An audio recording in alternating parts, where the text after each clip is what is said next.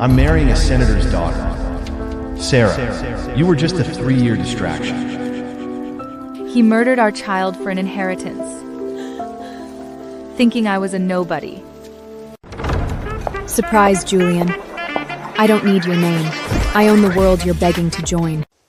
I had hidden my true identity, living as an ordinary wife to Julian Thorne in the rugged mountains of Montana for 3 years.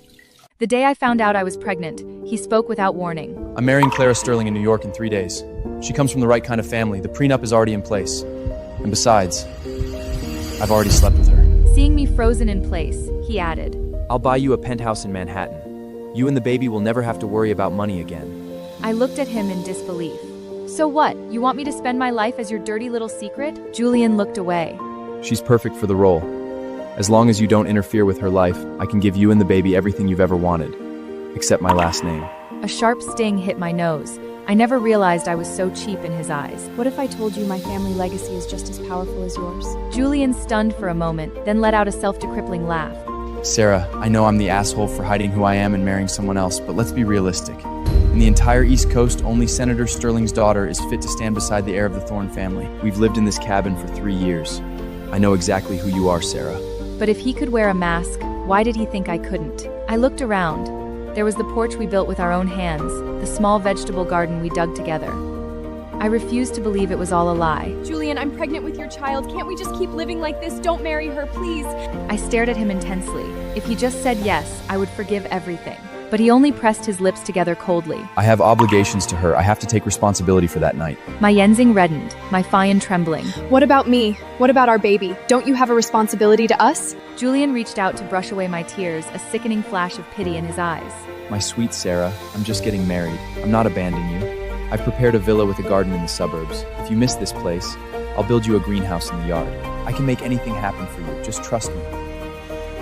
I took a step back, shaking my head violently. I won't be locked in some golden cage in the suburbs. I won't have my child branded as a bastard, hidden in the shadows forever. Julian stepped toward me, his tone calm and cruelly rational. You were never just some woman to me. As long as you stay away from Clara in that villa, you will still be my only love, okay? This place held 3 years of memories. I wanted to wait for my baby's birth here.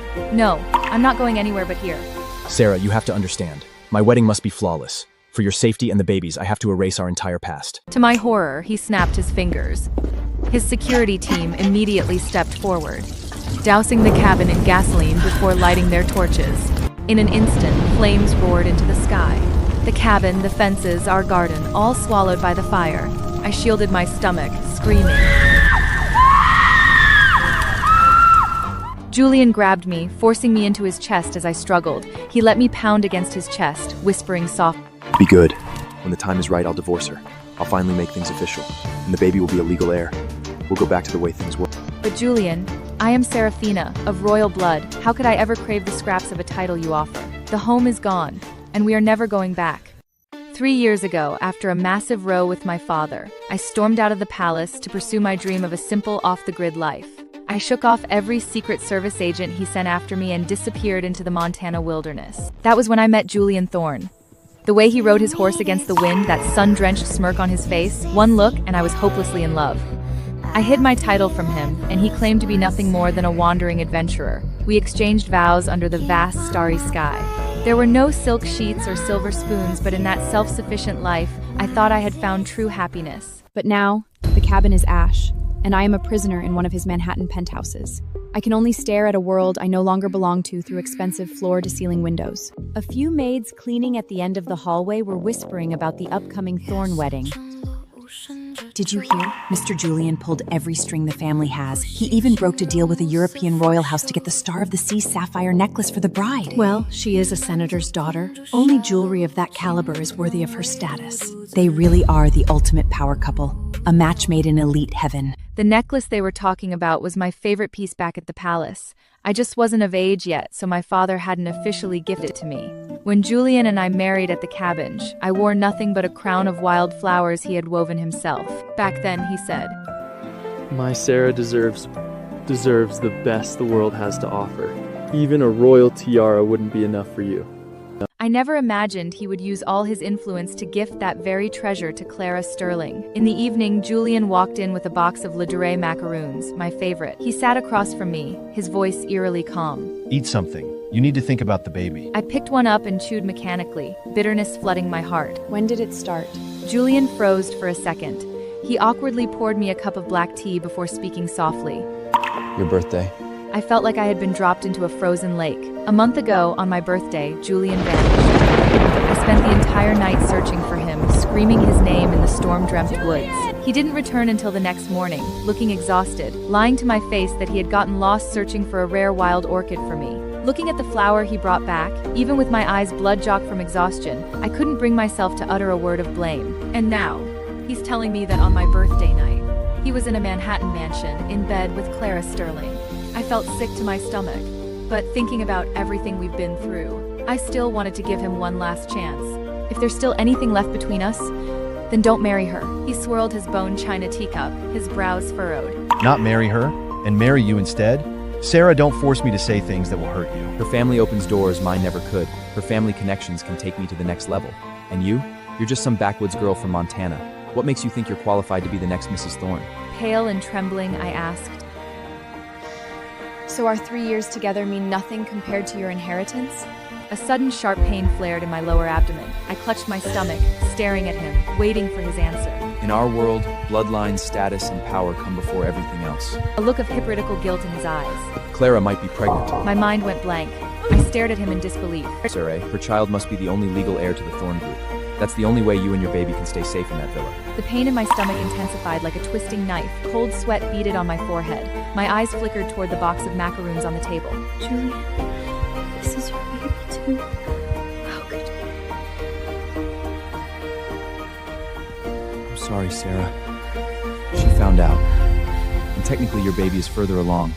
She will never allow a bastard to threaten her future child's inheritance. It turned out he had spiked the macaroons, my favorites, and I had walked right into his trap, completely defenseless. Julian, my stomach, it hurts so much. I just ate them. There's still time if we go to the hospital now. Call an ambulance, please. Seeing him stand there like a statue, my voice grew hoarse with desperation. I won't bother you anymore, okay? I don't want the title, I just want my baby. I'll take him and move far away. I'll never interfere with your life. Despite my gut-wrecking pleas, Julian remained unmoved. Bite down on my arm. It'll help with the pain. Take me to a hospital. Julian, I'm begging you. Sarah, stop making a scene. No family physician is going to risk a scandal over an illegitimate pregnancy. The medication has already kicked in. It's too late. Be a good girl. After Clara gives birth to the heir, if the stars align, we can have another child later. Julian, listen to me. I am Seraphina of the royal house. I am the true heir. Get a doctor here now to save your child. But he thought I was just spinning a desperate, psychotic lie. He shoved my hands off him with disgust. There's a limit to lying, Sarah. This is New York, not your little cabin, Montana. Impersonating royalty is a quick way to get yourself destroyed. With that, he adjusted his suit jacket and walked out without looking back. Women miscarry all the time. It's not fatal. Deal with it. Watching his cold, retreating back, the last flicker of hope in my heart died. I curled up on the cold floor of the designer penthouse, the pain unbearable. I could feel all my hope slipping away from me, bit by bit. I drifted off future I had longed for. Day and night fell apart on the very day I got the devastating news. My silk nightgown soaked in blood against the cold marble floor. The next morning, the door was kicked open. Clara Sterling sauntered in, followed by a few burly private security guards. Bloody, broken, and shivering on the floor, and gracefully sat on the leather sofa, sipping her coffee. Don't hate me, darling. My child must be the sole legitimate heir to the Thorne group. That's the only way I can secure my place in that family, isn't it? I propped my broken body against the wall, my voice a mere whisper. So, you killed my baby for that? Oh, don't pin this on me. Julian gave you the meds himself. He made the choice. I simply reminded him about the importance of inheriting, that's all. I glared at her, my nails digging into my palms until they bled. She stood up and walked over to me, stroking her still flat belly. You should be grateful, really. Even if that bastard had been born, he would have been raised under my name anyway. This is cleaner. Now drink this recovery tonic. It'll help you get back on your feet. I tried to dodge away, but the guard grabbed me roughly and slammed me back against the wall. He brutally forced my jaw open and poured the pungent bitter liquid down my throat.